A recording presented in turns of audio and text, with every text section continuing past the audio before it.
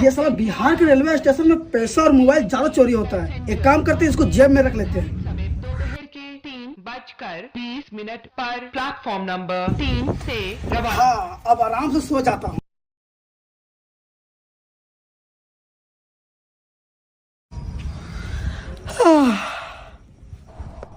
Hi.